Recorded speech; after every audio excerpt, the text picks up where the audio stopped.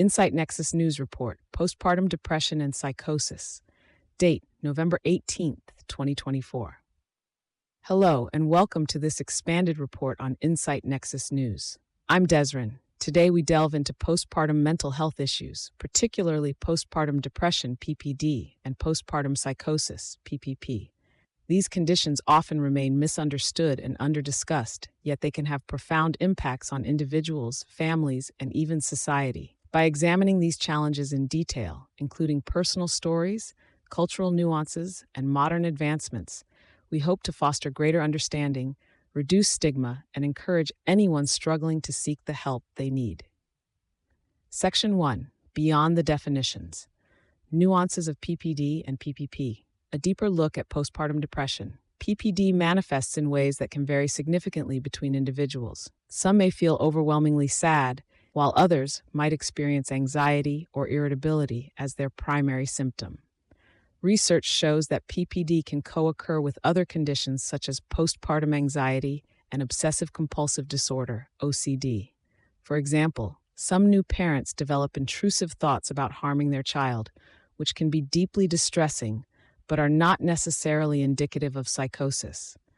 These distinctions are critical for proper diagnosis and treatment. Postpartum psychosis, an urgent matter. Unlike PPD, postpartum psychosis presents a medical emergency. Symptoms can escalate quickly and unpredictably. For instance, new mothers might experience a euphoric mania, only to spiral into a severe depressive episode within hours. The risk of harm to oneself or the baby is significant, highlighting the need for immediate intervention. Section 2. The hidden toll on families. Economic and emotional strain. A family dealing with PPD or PPP may face significant economic challenges. Lost wages, medical expenses, and the cost of childcare can compound stress. Emotional strain on partners and other children in the household can lead to long-term repercussions, including behavioral issues or resentment. Impact on children. Studies have shown that untreated PPD can lead to developmental delays in children. A lack of early bonding may affect a child's emotional regulation and attachment style later in life. However, with timely intervention, these outcomes can often be mitigated. Generational effects. When untreated postpartum mental health issues persist, they can create cycles of dysfunction. For example, a mother struggling with undiagnosed PPD might unintentionally model poor coping strategies, which her children may adopt in their own lives. Section 3. Historical context and evolving understanding. Historical views on postpartum mental health. In the 19th and early 20th centuries, postpartum mental health issues were often dismissed or mischaracterized.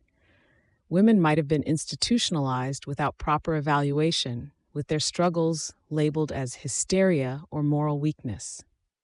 Modern progress. It wasn't until the mid-20th century that postpartum depression began to be studied as a legitimate medical condition. However, awareness of postpartum psychosis remains relatively limited even today. Section 4. Cultural perspectives on postpartum mental health. In cultures where extended family involvement is the norm, new parents often receive more emotional and practical support. For example, East Asian traditions. Practices like the Chinese Zuoyuzi, sitting the month, provide new mothers with care, nutrition, and rest, which may reduce the risk of postpartum mental health issues. Scandinavian policies. Generous parental leave and state-sponsored support for new parents in countries like Sweden and Denmark correlate with lower rates of PPD. By contrast, in societies with less communal support and higher expectations for self-sufficiency, new parents may be more vulnerable to mental health challenges. Section 5. Cutting-edge research and treatment innovations. Personalized medicine. Recent studies have explored how genetic predispositions and hormonal biomarkers can predict the likelihood of developing PPD or PPP. This information could eventually guide personalized treatment plans. Telemedicine and digital tools. Apps like Mom's Mental Health Matters offer resources and self-screening tools, making it easier for new parents to identify potential problems early. Virtual therapy sessions have also increased access to care for those in rural or underserved areas. Emerging therapies, ketamine and psychedelics. These substances, under clinical investigation, show promise in rapidly alleviating severe depression, including postpartum cases. Neurostimulation. Techniques like transcranial magnetic stimulation, TMS, are being studied for their efficacy in treating PPD. Section 6. Challenges in accessing care. Despite advancements, many new parents face barriers to accessing treatment, such as financial constraints. Therapy and medication can be expensive, and not all insurance plans offer adequate coverage. Stigma. Fear of judgment or losing custody of their child may deter some parents from seeking help. Healthcare gaps. Many obstetricians lack specialized training in mental health, resulting in missed diagnoses. Advocating for systemic changes, including better integration of mental health care into postpartum checkups, is crucial. Section 7. Expanding prevention and early intervention screening programs. Routine mental health screenings during pregnancy and postpartum visits can help identify at-risk individuals. These programs have been successfully implemented in some healthcare systems, but need wider adoption. Community-based support. Organizations like Lalesh League and Postpartum Support International offer peer-led support groups that provide both education and a sense of camaraderie. Education for partners and families. Teaching partners to recognize the signs of PPD and PPP can lead to earlier intervention. This knowledge can also reduce feelings of helplessness or frustration in supporting roles. Section 8. Personal stories and testimonials. Hearing from those who have experienced and overcome postpartum mental health challenges can inspire others to seek help. Real-life example. Sarah, a new mother, began experiencing intrusive thoughts a few weeks after her baby's birth. She initially dismissed her feelings as normal anxiety, but eventually confided in her partner.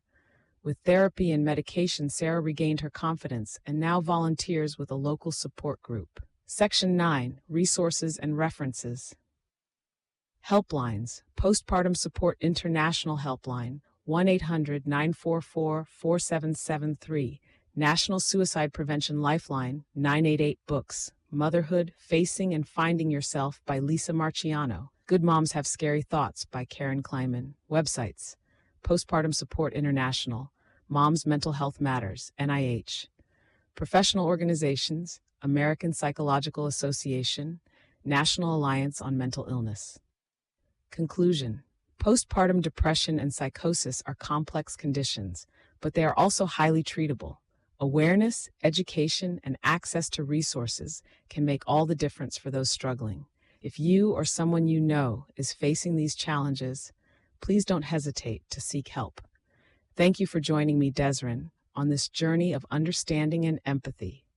Together, we can break the stigma and build a world where no one feels alone in their struggles.